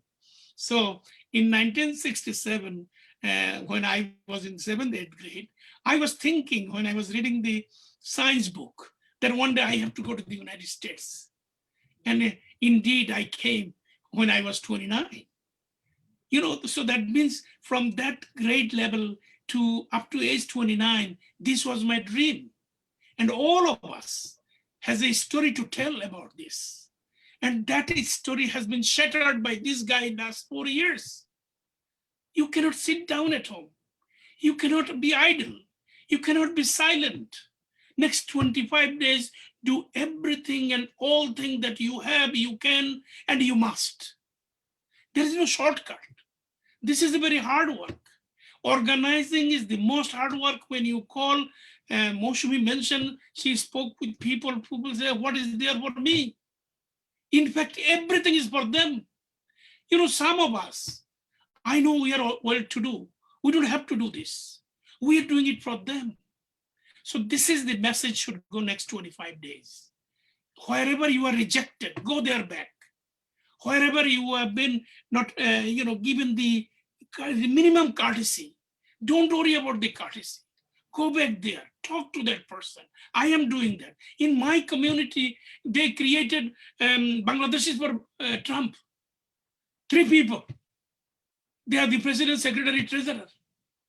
And nobody knows them. This is disgrace, I know. You can blame our community, but this is our community. We have to work with them. You know, every newspaper, community paper, I'm trying to sell to them something. I'm begging them to write something. I think 2, 3 newspaper wrote something today that I mentioned, that why we cannot, you know, I think one of my brothers just before he said that every election is very important and this election is also important. This is not the important election. This is the only election in your lifetime. If you lose this one, you lose for next 50 years. Even if you win, you already lost for 30 years because he has appointed 300 judges that will be there lifelong for next 30 years. There will be no more chain immigration. The new faces that I see, you guys came 7, 8, 10 years ago, and I'm so honored that you 7 years, 10 years ago you came and you're a part of it. This young lady from Bhutan, I think, she mentioned Roy. Yeah, Aiti Roy, I am so honored. You made me proud. Today I have found a person, a young lady going to the college, being part of this movement. We're going to win because of you. And that is the message you have to take to them. Because we cannot lose this one. This is the most important election. One brother says this is the 7th election. Surya mentioned. Engineer Sahib, you did the right thing. I like it. Yes, I have been doing this from Reagan. And I've never felt I am obligated. I must bring every vote I have, every person I know. And believe me, I know a lot of people because I have been doing this last 30 years. You know, I'm the president of a union last 21 years. I'm the only Bangladeshi, only South Asian, only Asian, only Muslim in America who is the president of a union. And I am the only guy who is the union treasurer for 61 unions with 150,000 members, 60,000 retirees, 600,000 family members. Everybody knows where I stand in my union because I have been giving them the same message. You know, we have Republican union member too. Even last election, you would not believe, in 2016, 45% of union household voted for Trump. I keep cursing them. whomever I know. It's not easy to know everybody. And they know why. Because they have lost what they had. Union after union, even this week, over 100,000 people got laid off from their job. 55 million people are unemployed. I know you can tell it is because of the coronavirus, but it is because of the coronavirus. That's not enough, because you have given a $2.8 trillion stimulus package, of which 80% went to the top 80% of the rich people, which Moushami mentioned. Rich are getting richer, poor are getting poorer. The bank, the big bank, all of us know the banks, Chase, Bank of America, Citibank, they charge you service charge. It's service charge, all of us, those who are on the panel, I think, pay service charge. Maybe one or two don't, because you have enough money in the bank. Bank collected $30 billion last year alone, service charge. Who are these people? The people that I mentioned, $21,260 less with 4 people in the family. Those who live below poverty line, they are the one who paid that $30 billion across the country.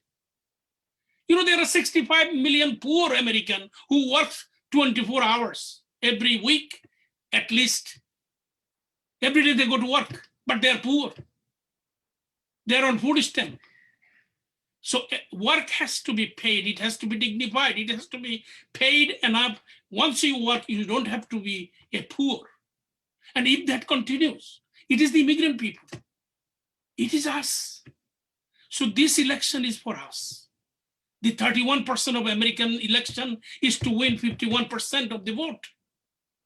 And we can do this. So this is why I did not realize that I have the last chance to say to you guys again, because you can change America. Believe me, I believe that a young lady from Bhutan, you can change America. Mahatma Gandhi, next to your country in India, change entire Indo-Pak continent. British ran from India. Then Martin Luther King had changed America in 60s. Read the history, you will see it. And then Nelson Mandela alone changed South Africa. Oh my God, today's panel can move the mountain, I guarantee you. Let us do this from tonight, next 25 days, we can win this White House. It is us to lose. Thank you very much. God bless you all. Sondi, thank you very much. Thank you. Thank you so much, Mr. Abuddin, Assam National President, for your very, very valuable views, suggestions, and like you said, youth. Come, yes. Make a unity. It's your future. We are for your future. So youth must come out and vote for Joe Biden and Harris. Thanks again, Mabda. I have a couple of questions, 2-3 questions, but elected officials have already left. I have the first question to Moushami Khan. Yes. Thank you. Yeah, as being a South Asian and woman leader, how proud we are to see Kamala Harris as our vice president in the White House. What is her best policy you like about? I think she has a lot of very good policies, and the number one policy is she's willing to adapt and willing to change. And I think any intelligent person will adapt with new information. So for me, that's the number one thing. As a prosecutor, she can stand on the rule of law. And I saw how she tried to prosecute her case during the Kavanaugh hearings, during last night's debate. And so for me, that means you have to be very well informed, prepared, and basically should be, really prepared. But the second thing is I would really appreciate her very much is that she also is someone who is willing to listen. I think so for me, that adapting to new information. So whatever the policy is, I know you're asking for specifics, and I'm not trying to evade your question. So I want to recognize your question is, what policies do you like of hers? I will say to you, before I even answer that, and the thing that I like most is that she can actually take new information and learn and expand, and believes in science, believes in healthcare, believes in all of that. So for me, I like the fact that she started giving answers to the plans, what would happen. But secondly, I also like the fact that she's very prepared. And I think the policy is, again, to be rational, to be reasonable. To me, that's a policy, and that's something that's been missing. And I must say on one thing, I've really, really learned so much from the women on this panel. I'm so humbled by them, and extremely intelligent and extremely well-spoken and extremely sincere. And I really want to say thank you. I know you didn't. I want to take the chance to say thank you that I got to meet some of these amazing women leaders on this panel. And she is like them. And so my last word is, I think Kamala is like that. I think that she's prepared, she's intelligent, she's flexible, and will be willing to stand for us and fight for us. So the last policy, the one that I appreciate the most about her, is I believe she will fight for our rights and will make sure that we get our rights represented. That's my feeling about Kamala Harris. Yeah, thank you. This is not my question though. As we are on live on the social media, one of our viewers has asked, especially pointed to you. So thank you. Yes, Kamala is the best for everyone. Let's just get out and vote, right? Now, next question I have for Dr. Syam Karki. Yes.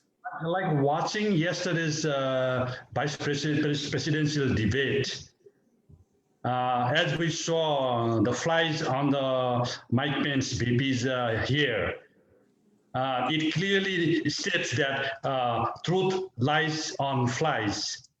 I find that very funny. And what would you point out the weakest remarks that we can see or listen already in the presidential debate? Mike Pence is no different in lying from Trump.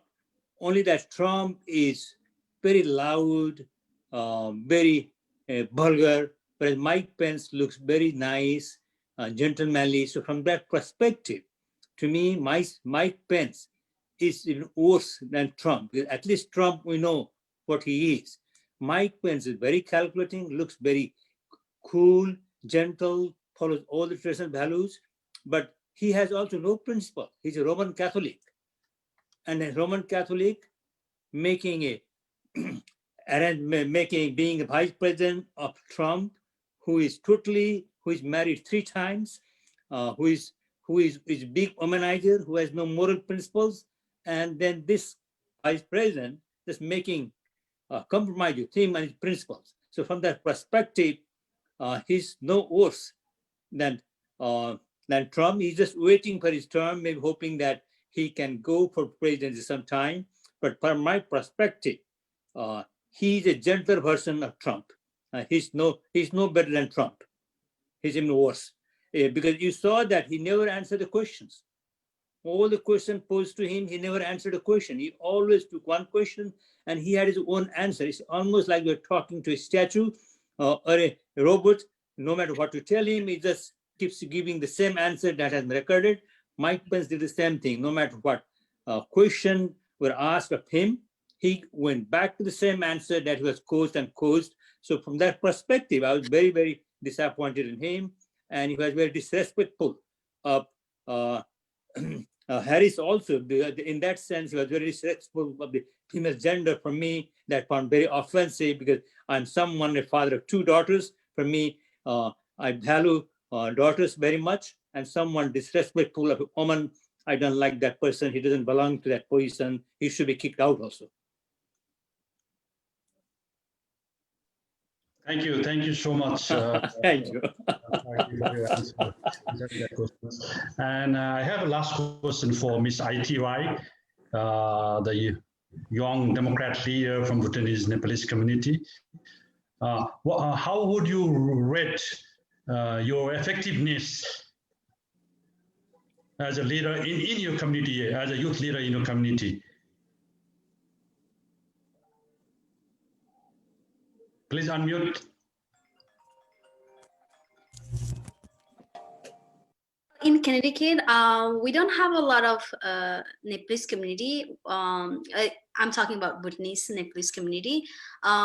So I cannot do in person, but like I've been like trying to involve in different things that going on in our community virtually, and I am connected with a lot of leaders from different states who are working in this campaign, not only in campaign but like other stuff that focus on improvement of our community and focusing on how to give the make sure that our parents or our elderlies in the community who doesn't speak English or who are illiterate in their own language, how to make them feel home.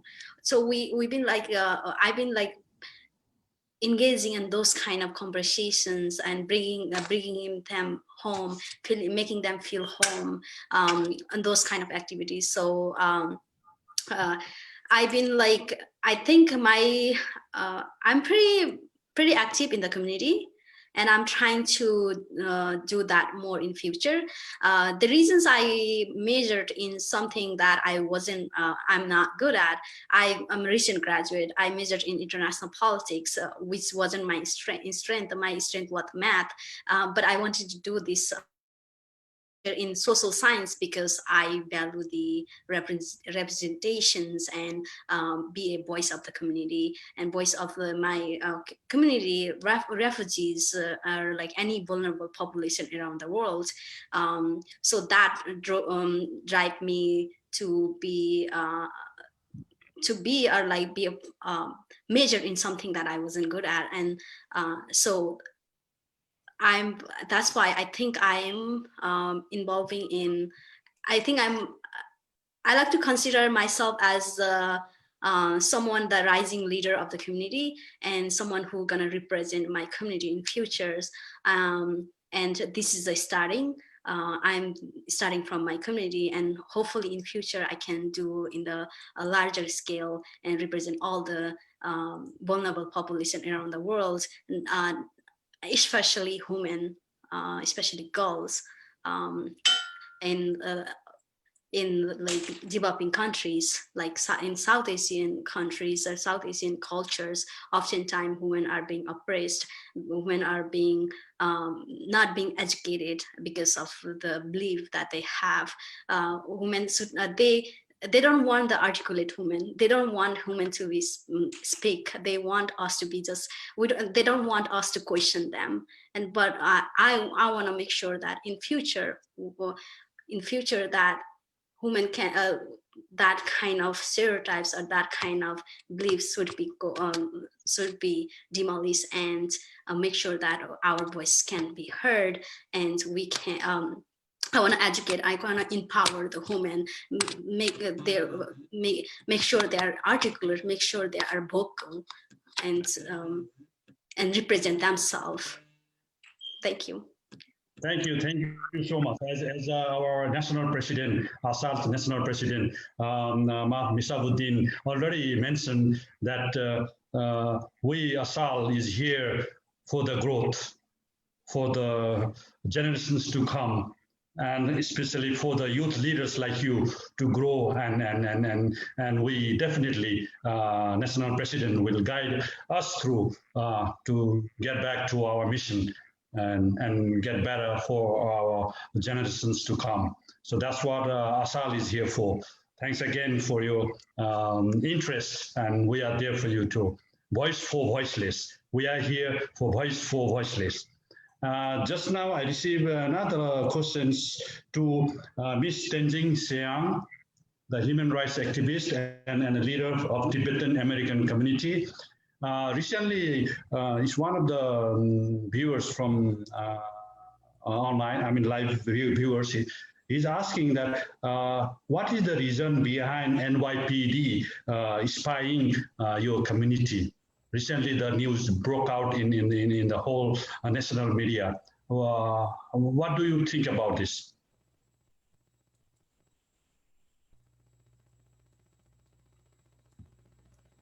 Unmute. Unmute, please. All right.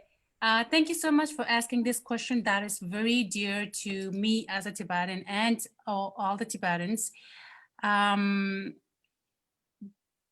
The NYPD spying on Tibetans is very disgraceful act, especially from the Chinese Communist Party side, the one who used the immigrant status, why immigrants, apply for asylum here in the United States or any other countries. He used that to his advantage of spying on Tibetans and the United States for China. And this, I think, is a strong signifier that we Tibetans are very vulnerable in this country. Even in a free country, China is still trying to restrict our mobility, our programs and activism. But it is also a strong sign that China is still afraid that we Tibetans are very strongly resisting China's efforts of genociding our culture, our population. And China is also, it is also a strong sign that China is afraid of the United States too. Thank you. Thank you so much. I would like to, that ends our panel discussion today. It's 2 minutes left, so I would like to thank all our respected panelists, especially Mark Misabuddin, our national president of ASAL, and our Senator John Liu, Senator Ghazla Hasmi, and Bugli Borough President Eric Adams, National Director of API Amit Jani, and National Director of South Asian for Biden, Ms. Neha Dewan, and Democratic District Leader of Queens County Democratic Organization, Dr. Anthony De Andrews, and Dr. Syam Karki, member Maryland Democratic Party from Maryland, Ms. Anika Rahman, API co-chair from Virginia, and Salim Sahiji from General Secretary of Interfaith Council for Community Development, Sahid M. Wasim, Senior Vice President of Pakistan American Community, Ms. I.T. Rai, Bhutani Americans Youth Leader, Ms. Tenjin Siang, Human Rights Activist and from Tibetan Americans Community, and Ms. Mausami Khan, the great speaker today, attorney at law and Bangladeshi Democratic API Director from Michigan, and finally Mo Chan, co-founder of Burma Point, which is called Myanmar now, and human rights leader of Burmese American Community. So thanks everyone, panelists, and thanks goes to Surya Lamsal as well, putting his valuable points as the last panelist. And we look forward working with you all together. And let's go ASAL the best. I hope you will join our movement, our campaign. And if you need to follow us, if you need to know more about us, please visit asal.org. That is www.asal.org. And thanks also goes very much to Amit Jani, National Director of Asian American Pacific Islander.